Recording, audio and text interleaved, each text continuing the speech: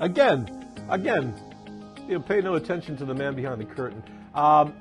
Good morning and welcome back to another edition of Addiction Got a Minute. It is Friday, March 8th, 2019. I am thrilled to say I'm joined with my co-host, or the host of the show, Michael Blanchard. Good morning, Michael. So nice to have you back. I missed you. Oh, well, it's You got to see your mother last week. That's a really cool thing. which was fantastic. Which was good for you. She's a phenomenal woman and tremendously is still rocking at 93. And it was a nice family gathering. Thank you very much. Did a little bit of business while I was down there. The Villages, which is a city into itself down in Central Florida, started as a retirement community and has really grown into a very large.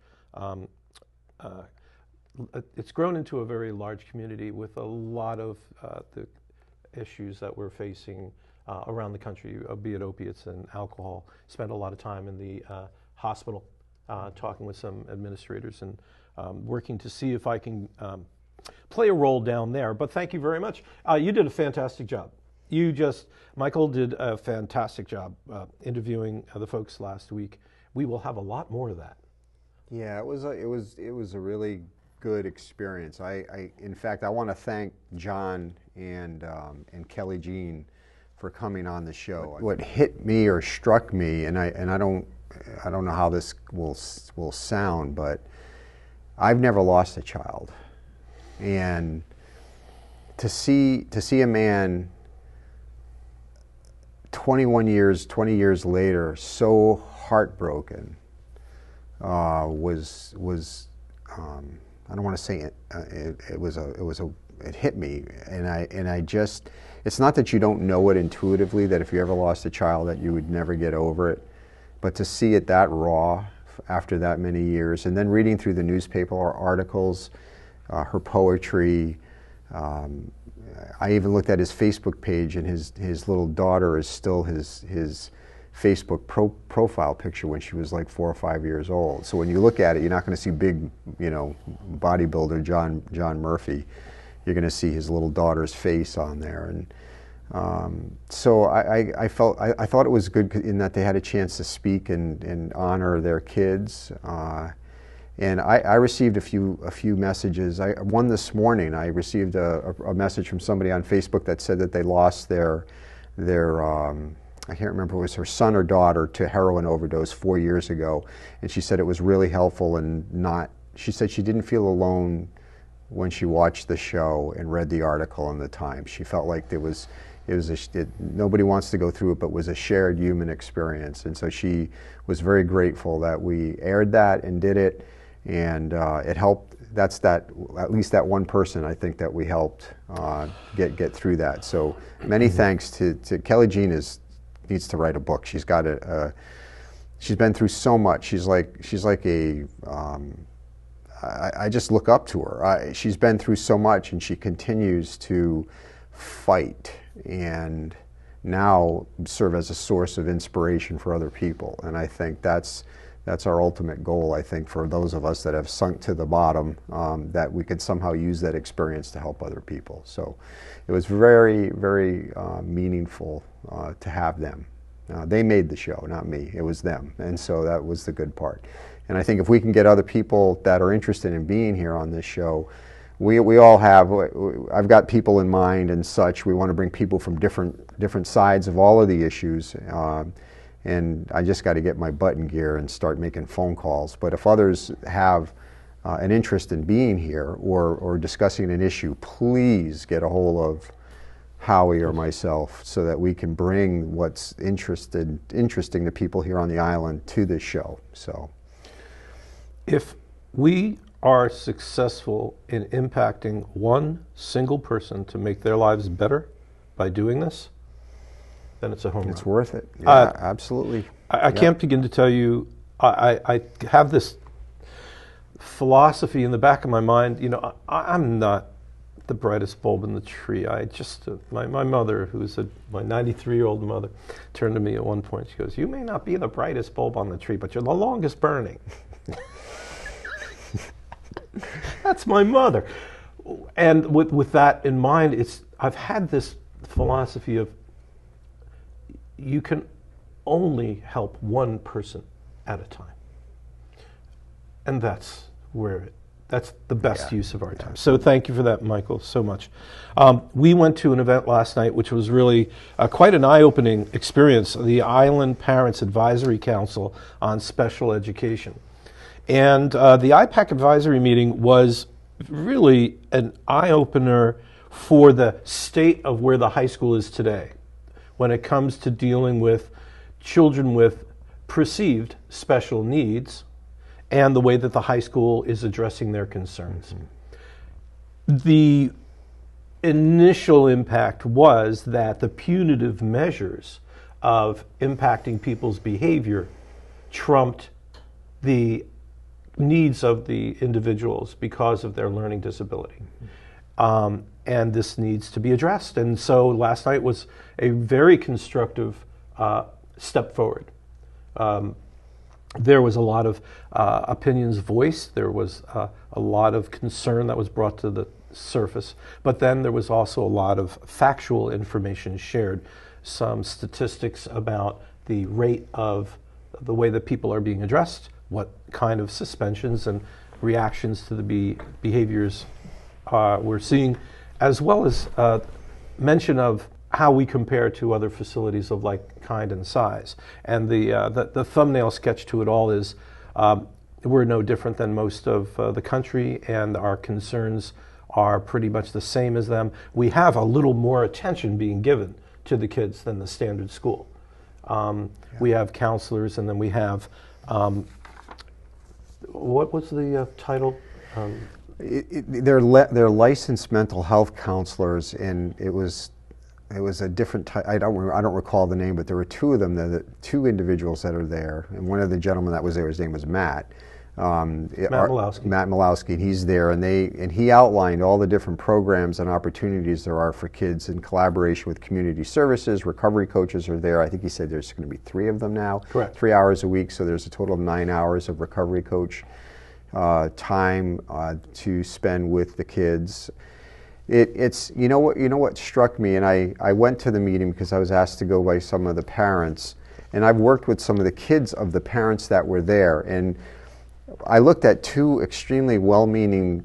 Everybody was seated in their camps, so their parents were on this side and the school was on this side, and I looked at both sets of people and I said they're both really amazing people. The school people. Richie and all the others that are there. I know, Nell Coogan, who works there now, who used to be at Community Services. These are well-meaning people, and the parents are well-meaning. It's Richie Smith, who is the assistant superintendent. Yeah, and Richie's very eloquent in his speaking. The lack of trust in the room was the thing that struck me, because. And I almost felt like when I came back from rehab that the last thing people wanted to hear were my words. They wanted to see actions to build that trust back up again. And I think I have been in a situation when I was at Island Healthcare as a substance use mental health access coordinator. I was asked by some of the parents whose kids came through primary care to get involved because they were under disciplinary action at the school. They've had privileges taken away, various kinds of things. Yet you knew from a clinical end that they had some mental health underlying issues taking place. So if you're a judge, I'm sitting there and I'm looking and seeing that there's discipline being given to a kid who clearly has some diagnoses around mental health issues, whether it's ADHD, anxiety disorder, whatever it is. So I'm sitting there saying, wow, the school isn't really paying attention. They're still disciplining the poor kid, and he's obviously got some clinical issues. We learned, I think, last night that there is a great emphasis to try to care for these kids. There's different teachers, everybody in every profession, there's different levels of skill sets on all sorts of topics. There's no way to make sure that every teacher identifies things in exactly the same way, but you train and you hope that you can get that way. I think the key issue is how do we get that communication between the parents and the school, because when you start pointing at the other groups, you miss the obvious solution, which is that you need both of them at the table.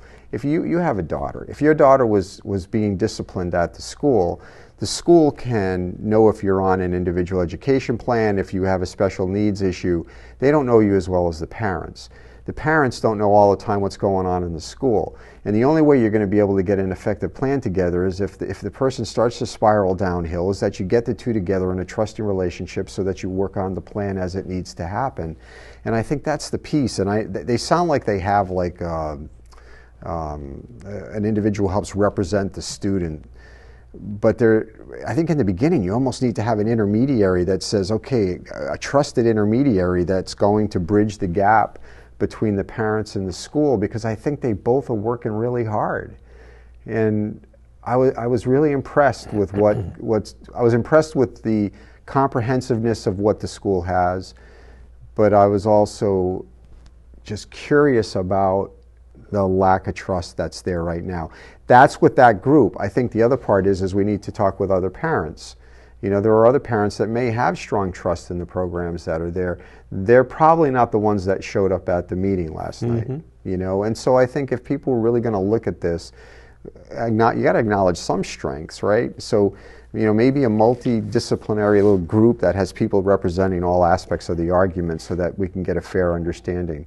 But the school has some pretty incredible resources available for students, and you know, but how do you make it happen, right? Well, so you did touch on a number of issues. I don't know if I'll be able to remember every one of them so well, but the first thing is this: I'm a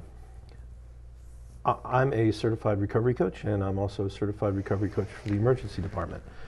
Being trained with that, I know exactly the value of what these recovery coaches are doing for the kids, and it's a tremendous move forward. I just want you to understand that this is pretty new, and it's very effective. So let's just check that off on the positive side. You're absolutely right. There's a lot of parents there who are getting help, who were that are feeling that there is progress, that did not make the meeting last night because they didn't have a complaint or a complaint sufficient or the time. Now let's make one thing perfectly clear. This is a living, breathing, changing environment with a lot of new interest and understanding. The trend to transition from punitive measures to restorative measures in the judicial system is just now beginning. I'm working with one particular judge here locally, and I'm working with a gentleman who works directly with Governor Baker to implement new, more broad platforms for us to be able to move forward when it comes to restorative instead of punitive. So here on our little island, what you pointed out is we have a truly valuable and capable staff. And we have parents who are feeling they're not being listened to or being heard, or their children's needs are not being addressed as well as it can be. Great. And when I say great, I mean, okay, the cards are on the table. This is nothing unusual to the normal year-by-year parent, teacher meetings, administrative meetings, with the exception of the fact that our school is now addressing the most pervasive, risky substance in our country, which brought everything to the surface recently, and that's vaping. As you are looking at me and you're listening to Michael and me, and I'm sure you're saying, no, well, listen, when I was a kid, there was drugs, and my parents struggled with me, or I know of kids that struggled. Yeah, it's true. Every generation has all of this, and every administration faces with challenges. This is going to probably historically not be that big a blip, but right now for us it is. And the issue is that the trend for vaping to be so popular because of new media, the internet, the kids being kids, feeling invincible, it adds a new level of complications which I don't think we really understand. And Michael brought up before the show when we were talking about, if you've got so many kids vaping, now this is smoking cigarettes and is a condensed version of the most dangerous chemical in our society. The most is nicotine. It is the most poisonous. The cigarette companies add over 100 chemicals to the cigarettes themselves to sustain people's involvement, to increase their use, and make the most out of the consumer. Well, the vape industry took that one giant step forward, and they made it much more condensed, much more potent. And our children now are becoming addicted to nicotine. And Michael, you brought up the kids going through withdrawal. Withdrawal at school. How long does it take to go through withdrawal from nicotine? Well, look at people. I mean, what, an hour at best, and so now you're sitting there at school, and whether it's perceived as a mental health issue or anxiety or just plain a discipline issue. I've known I have some personal experiences with people really acting bad, not knowing that they really were just like, I got to get out of here to go find another hit from my jewel, whatever the terminology is. But that drive is the same thing that drives people out of the office, that smoke cigarettes. I smoked for 14 years. I got up at 2 o'clock in the morning to have a cigarette. Yeah, First thing that lit in the morning, I put my feet on the ground, lit a cigarette. When I was in graduate school, and I was not clean and sober at the time, I'm going to tell you that I was able to buy 3 packs a day. How do you smoke 3 packs a day? You don't smoke 3 packs a day. You light multiple cigarettes and put them down. One's in the living room. You go to the kitchen, you're doing something, you light another one. And you're burning 2 at a time and things like that. Yeah. So brother, do I understand. And so you're absolutely right. You have a kid in school, they're going through withdrawal. They may or may not have a developmental and a organic behavioral issue. But now they've got the pull of the addiction. And they don't even know what it is. I mean, if you're a 9-year-old, I mean, a ninth grader, or, I mean, you do sort of, I mean, you started because you thought it was cool. You never really realized that, hey, this is going to mess with my body. Wait a minute. You didn't start because you knew that it would cause cancer. You'd lose a jaw, lose a lung. Your skin would turn to ash. I mean, no, that's, oh, geez, I guess I'm wrong. Well, and with all of the, with the vaping, the fact that I mean, I can see myself being surprised that all of a sudden, after I'm doing this kind of cool thing, I'm starting to sit there in class and saying, what's going on with me? I need another one. I need something more. I'm agitated now. A lot of these, at least if we're an adult, we kind of have an idea that we're going to go through that. But you're a teenager. You're full of, your hormones are raging, the pressure of the classroom, the impact from other people. Yeah. All this is mixed. How are you supposed to test that out? Yeah. You can't. No, you can't. But it hit me last night, and I've studied, a lot about addiction, and in my master's program, never once did I really think about the withdrawal of kids during the school day. It'd be kind of a cool research project to look at to see if any studies have been done. What is the effect of nicotine withdrawal during the school day on kids, whatever, and in terms of behavioral issues and other things, I'm putting that out there to anybody that's in a master's level program. If you want to pursue something more valuable, I think this would be spot. I'm going to go give away my master's degree. I want to go back and do another master's Get another thesis one on that. Yeah.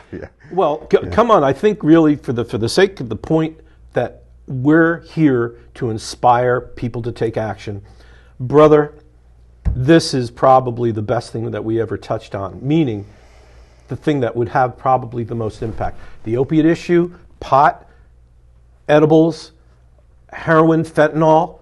Yeah, I get it. Benzos, there's lots of trouble out there. Alcohol, and alcohol. But when it comes to kids, giving them the empowerment to be able to understand and then make their decisions on their own is, for me, the only thing that I see that will affect change. Because I can tell you not to do this and that. And you as a kid, you're just going to turn and go out and do. Well, what are you going to do? And this is the big thing that I want to touch on. Now, I don't mind saying I'm seriously thinking about offering a program for parents to address the vaping issue. And I'm going to probably, as of the date of this taping, nothing is in stone. But what I would like to do is offer a platform for discussion. Of course, it'll be a bit of education, but more importantly, a platform for discussion for people to be able to share their ideas, share their understanding, and reduce the hurdle to communicating with the school. Getting the school involved directly so that what we'll have is an open line of communication, which will bring back a modicum of trust. So that if I have an issue, that I can bring it up and I'll know that I will be heard. I may not get exactly what I want, But if you try some time, you just might find you get what you need. Ba-doom, boom. We'll bring the drum set in here next time to be able to do. Well, this is worth this discussion and many more. I'm going to ask the folks who are watching, please, if you want to get involved as a parent, if you have ideas, if you have complaints or information, please, through any of our websites or emails, let us know. Also, locally here on the Vineyard, I would love to have parents who are affected directly on the show. And we're not going to belittle people. We're not going to be pointing fingers and getting mean. Yeah. But what we're going to do is share our feelings and share our understanding. Well, and I think that's what we want to do, is facilitate a reasonable discussion, because there's no single right answer on whatever the issue is, right? You know, when you're talking about kids, it's an emotional, really emotional. I mean, our last show were two kids who didn't make it. And so that's the fear, is that whatever those decisions are. But I think what came up in that meeting last night is that motivational interviewing is one of the most important techniques. If you went to a kid and you said, and you have to try to find a motivation that would be meaningful for them to stop. What is it that would drive them to consider that? Rather than you saying, don't do it anymore, it's going to cause this and cause that, whatever. Just like you're saying, you need buy-in from the child. What is it? And each child's got different motivations. And so part of that is a face-to-face or working with the individual to try to say, I mean, I know if using reverse psychology, you know, you try to tell a kid to do one thing and they're likely to do something different.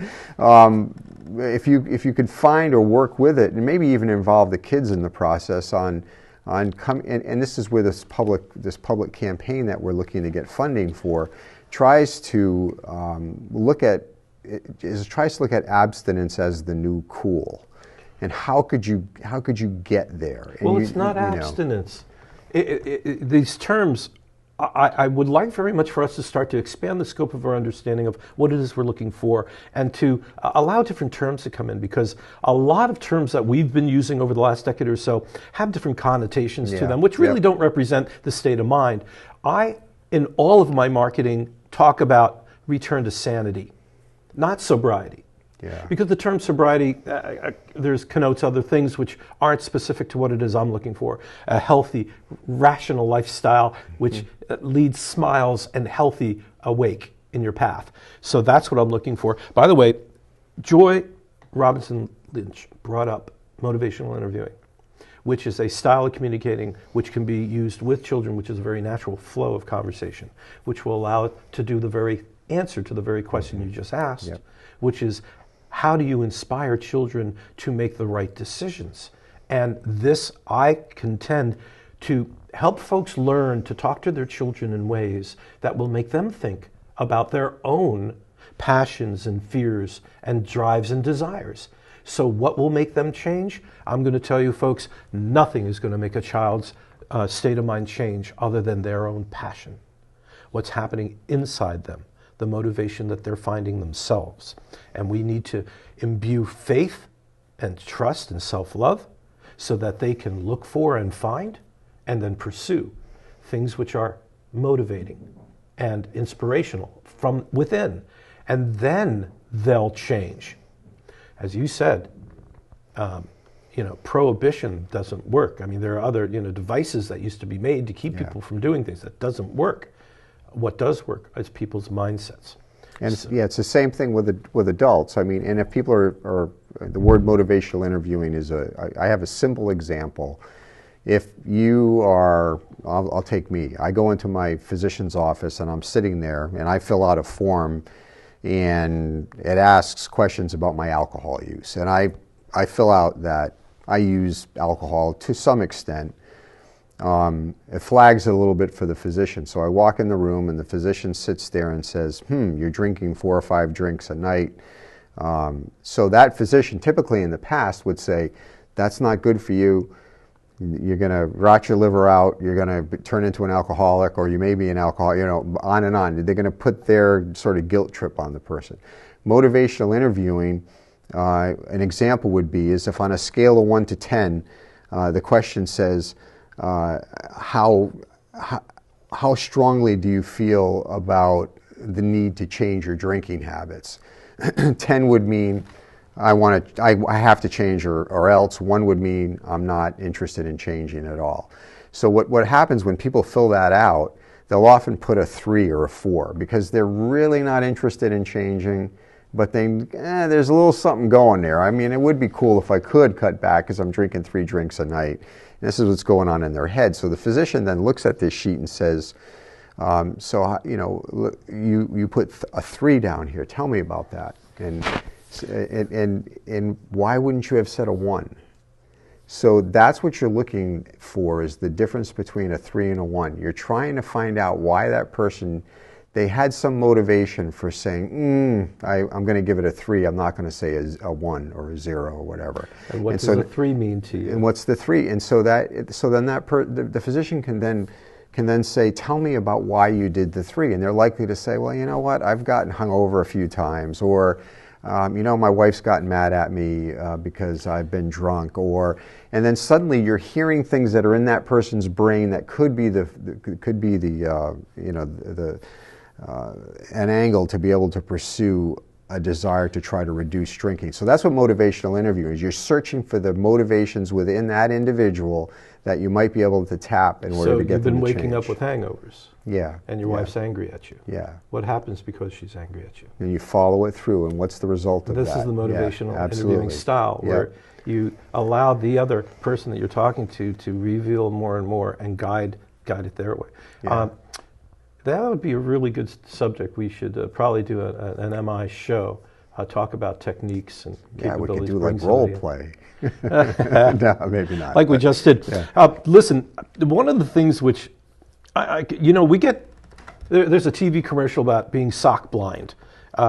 Teenagers and their socks, right? And the kids become sock blind to it because they get adjusted to it. We get adjusted to things in our society where we then forget all about, or don't seem to have the impact that it should or could. And what I'm talking about is convenience stores. And I'm going to leave names out, but we have a very popular convenience store close to us where you walk into, and as you walk to the door and you look to the right, what do you see? There's all the paraphernalia for vaping and whatever else, cigarettes. Tobacco products of every kind. Yeah.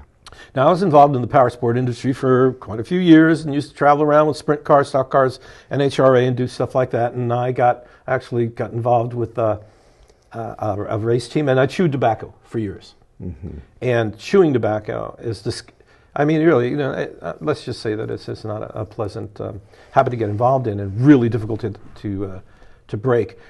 When you walk into this convenience store, you turn, you look to the right, nothing but tobacco products. Mm-hmm. Our culture, our society has grown very accustomed to it. We've gone nose blind to it, if you will, or eyes blind, or insensitive to the fact that if I was to offer you a product that was pretty much guaranteed to mess up your life, give you bad breath at the very least, shorten your lifespan at the worst, would you like to try it? And I'm sure that most people would say, what are you talking about? Of course not. But yet, when you're 13, 15, 18, you start smoking for the first time. Mm-hmm. That's not what you're looking at. Matter of fact, all the jewels, on the side of the jewel packet, what does it say? This product causes cancer, or something to that effect. And do they see it? No, not at all. Mm-hmm. Yeah. So I don't have the answer. And we're getting towards the end of our allotted time. And I'm asking folks to think for themselves. It's going to take a village. Here we have 6 of them. They don't talk to each other very easily. And when it comes to local politics, we're no different than anywhere else around the country, which is kind of good in a way, because we are representative of the challenges that we have. And I hope with your help, thank you very much, certainly for what you do locally here on the island, and hopefully for what we're able to share to anybody else that watches this, that get off your ass, get up and do something. I'm motivating you, I'm hopefully motivating you to speak up. Take some action. Have your voice being heard. Go to your school boards. Go to the coffee with the principal meetings. Mm-hmm. Share your concerns. Don't keep it inside and wrap it up. And do talk with your children. And I mean all the time. Bring it up again and again, not confrontationally. Remember, as you talked about, if I turn to my child and go, stop doing that, they're going to do more of it. Well, and John, from last week's show, if I had to distill one message out, is tell your kids that you love them. It gives you the best chance of opening the line of communication. Constantly tell them and keep it open, and then address the issues, but not a bad philosophy. So, not a bad philosophy at all. Yeah. Well, there's so much more to talk about. I have this huge page of notes from last week, which we hardly last night that we hardly touched on. But I want to thank Dakir very much from the restorative program at the high school. He did a nice job. He did a really great job, and Laura, Hope, of course, and Yule, and the people, Bill, of course, Richie, Joy. Thank you all so much, and I do pray that we're able to keep this discussion going. Any parting shots? No, I'm just really. I would like to get other folks to the table, because this is a tough issue, and to be able to bring people here to have some discussions, not only around what their point of view is, but what the solutions could be, would be. I mean, we could do, you know, five shows on maybe serving as a forum for being able to bring those ideas together. So I think that we could do a whole tract of 3 or 4 shows, you know. Well, clearly, because there are so many different ways to address it. Our children are so different, and being able to touch on those different styles and those different capabilities would be wonderful. Great. So, folks want to reach you directly. How can they do that? mblanche601@mac.com. Not Gmail? It's mblanche601@gmail.com. So I got you both ways. It depends on who you want to use. He keeps saying mac.com, and I keep saying... No, I have 2 different accounts, but with the same mblanche601. Good enough. So easiest way.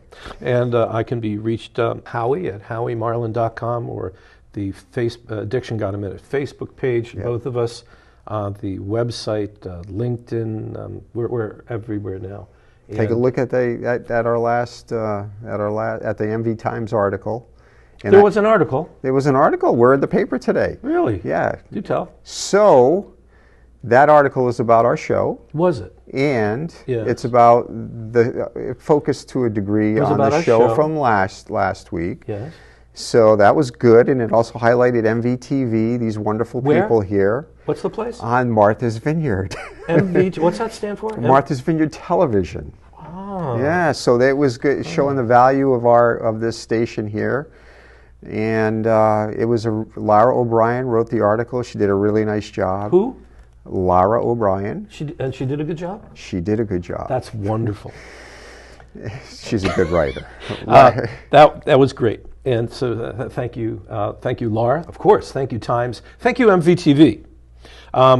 This is an incredibly valuable facility, and if you folks who are watching this haven't noticed, all this nonsense and the stuff and the technological capabilities are par none. And with the volunteer work that we have who are our volunteer staff? Who do we thank? Melissa Clay? Melissa Clay. Is she any good? I love Melissa. Oh.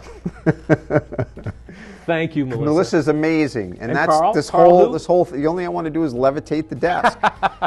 But Carl's amazing. We have such a nobody else. We have a lot of fun here. No, nobody else. Not Michelle. Michelle, Vivian. Love who runs it? Steve. What's his name? You Steve know Murray? it. Yeah. And I only have to worry about Melissa and Carl. Well, everybody here is a tremendous asset. And so, again, on behalf of Michael Blanchard, I'm Howie Marlin. Till next time.